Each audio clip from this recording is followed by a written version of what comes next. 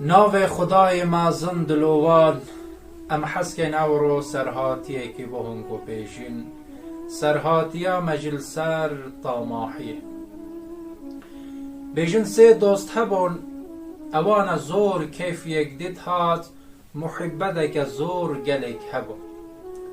روژه که او هر سک دوستا چنه ریکه که بارانه که زور خورتیتن او داکو ترنبن چنه شکفته که دا وقتی او شکفته دا روینشتی شریکه که وان دسته و ایلا یب آخی و یدوات کولیتن وقتی که برای خودت تشتک بر دسته ود کویتن برای خودت کو خزینه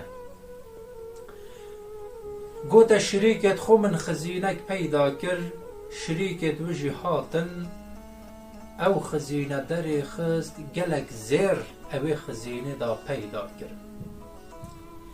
گوت نه یک ام دوکی براوا لیک جدا کین چونکه کیفا ما یک تیتن ام محبته که زور میا گلیک هی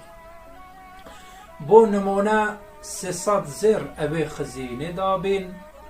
وک براوا او خزینه پشکرن هر یکی 100 زیر برکت وقت زیرت خلیک جدا کره گود نه یک امد برسینه تبید شریکک اکیجمه بچی تشاره کوبو مزاد و خارنه بینید او پشکت هویجنه برک بر شریککت کویتن او شریکت چید ریکا شارت گریتن چید داکو زاده بو شریکت خوبینیتن وقتی چوی او هر دوک شریکش گفته دا فکره که خراب بوان چید بیتن یک بشتا یه دیگه بجیتن اره استبوناهن او شریکه می چویا بو مزاده بینیتن ام بکجین پشکاوجی بخوب کینه دجون 5 زیر بلا بو من بن 5 جی بلا بو تبن او شریک جد بیجتن تمام او فکره که جوان بیجتن اگر هات ام ده کجینو پشکاوده بخو کینه دجون او شیطان فکره بو اوه چوی شار بوجی چید کدن چونکه دب انسان و مجور بداک و خرابی و طاماحی دان دلید انسان اوه چوی شار زاده بینیتن او جد بیجتن اره از بوچه هندک جهرنا کمنا و زاده دا که او شریکت من اوش کفته دا بخون او جی پی بمرن او پشکاوان 200 زیرت وانجی بلا هر بو من او جی جهرت کتنا و زاده دا ریکاش کفتید گریتن تیتش کفته وقت گهیتش کفته هر دو شریکش کفته دا راد بن او شریکیت کشه وقتی کشت گوت نه یک چه عجله نیه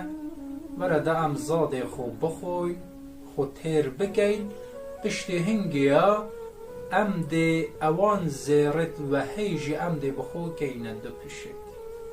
اوج سفره خود دانن زاده خود دان نصر سفره دست بید کن